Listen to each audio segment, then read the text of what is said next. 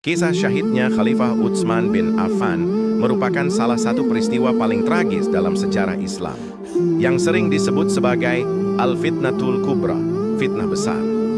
Peristiwa ini menandai berakhirnya masa stabilitas kepemimpinan pusat dan dimulainya perpecahan di kalangan umat. Berikut adalah kronologi singkat mengenai syahidnya beliau. Saat akar konflik.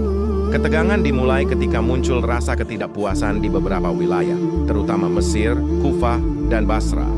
Beberapa faktor pemicunya antara lain, tuduhan nepotisme, tuduhan bahwa Utsman lebih mengutamakan kaum kerabatnya, Bani Umayyah, dalam jabatan gubernur, propaganda negatif, hasutan yang dilancarkan oleh tokoh-tokoh seperti Abdullah bin Saba yang menyebarkan fitnah untuk memecah belah umat, kebijakan ekonomi, perubahan dalam pembagian harta rampasan perang dan pengelolaan tanah. 2. Pengepungan rumah 40 hari. Ribuan pemberontak dari berbagai wilayah datang ke Madinah. Awalnya mereka datang untuk memprotes, namun situasi memanas hingga mereka mengepung kediaman Utsman.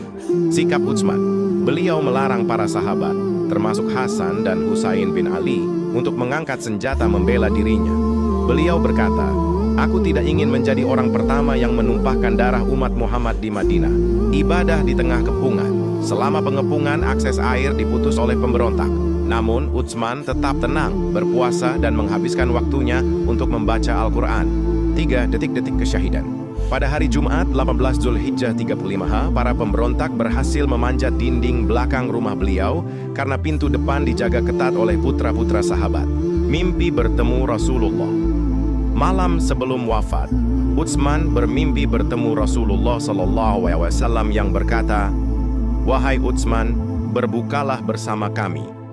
Hal ini membuat beliau yakin bahwa ajalnya telah dekat. Saat membaca Al-Quran, saat para pembunuh masuk, Utsman sedang membaca Al-Quran. Beliau ditikam hingga wafat, dan darahnya tumpah mengenai lembaran Al-Quran yang sedang dibacanya, tepat pada ayat, "Maka Allah akan memelihara kamu dari mereka, dan dialah yang maha mendengar lagi maha mengetahui." QS Al-Baqarah 137. Dampak setelah wafatnya.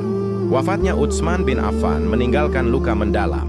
Beliau dimakamkan di Jannatul Baqi secara diam-diam karena situasi Madinah yang masih dikuasai pemberontak. Kematian beliau menjadi pemicu perang saudara, perang Jamal dan perang Siffin, karena tuntutan Qisas, keadilan hukum, atas pembunuhnya menjadi isu politik yang pelik. Catatan, Utsman bin Affan wafat dalam usia sekitar 82 tahun setelah menjabat sebagai khalifah selama 12 tahun.